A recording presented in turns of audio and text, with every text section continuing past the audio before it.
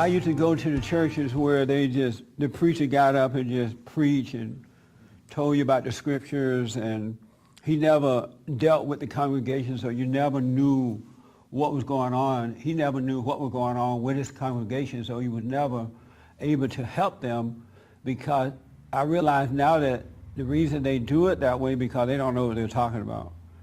But I would go to that church, and so everybody would learn the Bible and learn the scriptures and just quote the Bible. You can't even have a regular conversation. Like, you can say, well, what are you going to do today after church? Well, praise the Lord. 1 John chapter 2 said, don't overdo it. I'm like, okay, so what are you going to do? They lost that sense of communication. And then after the preacher would get up and preach, and whenever there were like new visitors there for the first time, when the preacher's done preaching and the church's service is over, then the congregation pounces on the new people.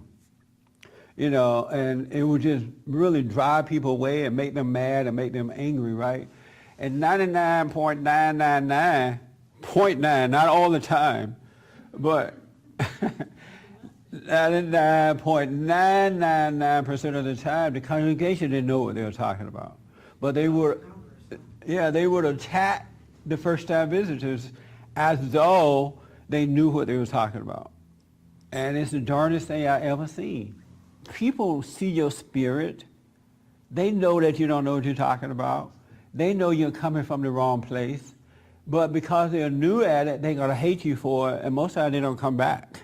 Somehow or another, you have to have sense enough to look at your own life and know what you're saying to other people is all ego. It's just you're just trying to make yourself look good and feel good about being wrong. And it's dumb. People pick up on your spirit like your children do. You could be saying the right thing, but your spirit is wrong. Folks know that.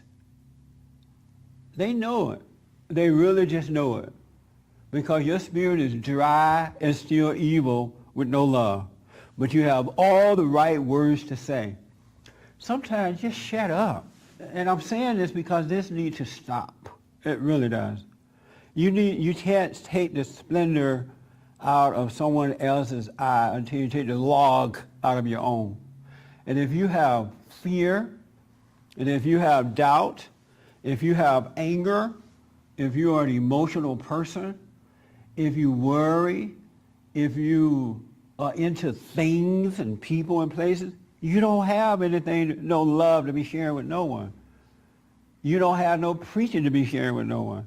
And you don't see that, you know, I've learned all this stuff about truth, and I'm going around just pouncing on people about it. But look at me, I'm really not free myself. Why don't I just shut up?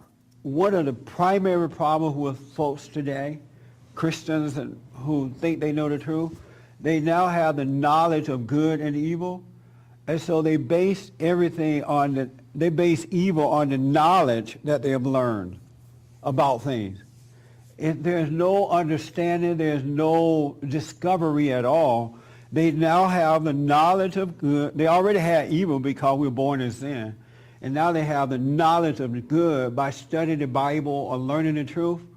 And their whole life is measured by that.